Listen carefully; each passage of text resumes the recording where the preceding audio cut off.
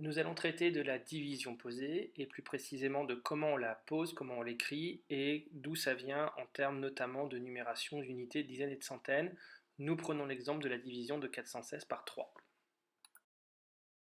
On commence par partager les centaines, on commence par partager les quantités les plus grandes.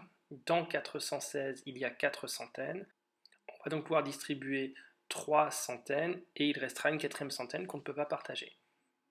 On va noter cela dans l'opération. Donc le quotient est augmenté de 100 parce qu'on a réussi à donner 3 fois 100.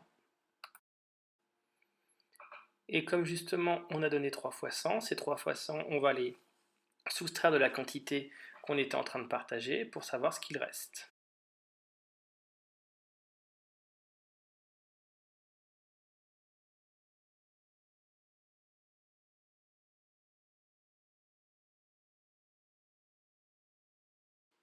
On procède donc au partage des dizaines. Donc nous avons 11 dizaines, 110, c'est 3 fois 3 dizaines et il reste 2 dizaines. Donc le quotient augmente de 30, nous avons distribué 3 fois 30. Nous enlevons les 90 distribués, il reste 26 unités à partager. On partage de la même façon les unités. Il y a donc 26 unités, c'est-à-dire 3 fois 8 plus 4. On peut donc encore augmenter le quotient de 8, on peut encore distribuer 24, et il restera donc 2 unités qui ne sont pas partageables, sauf à passer au nombre décimaux. Il nous reste à présenter le résultat de l'opération. On peut donc dire que 416 se partage en 3 parts égales de 138 et qu'il reste 2. Du point de vue du vocabulaire de l'opération, 416 c'est la quantité que l'on partage, c'est le dividende, 3 est le diviseur, 138 le quotient et 2 est notre reste. On va ensuite écrire l'opération de façon un peu plus simple. On commence donc par partager les centaines.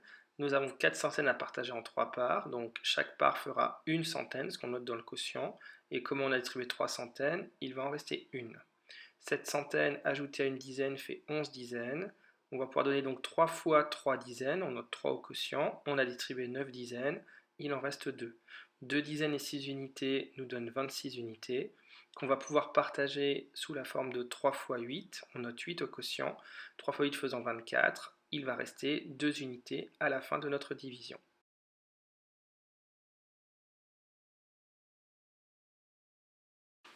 En résumé, on commence par diviser les quantités les plus grandes, ici dans l'exemple les centaines.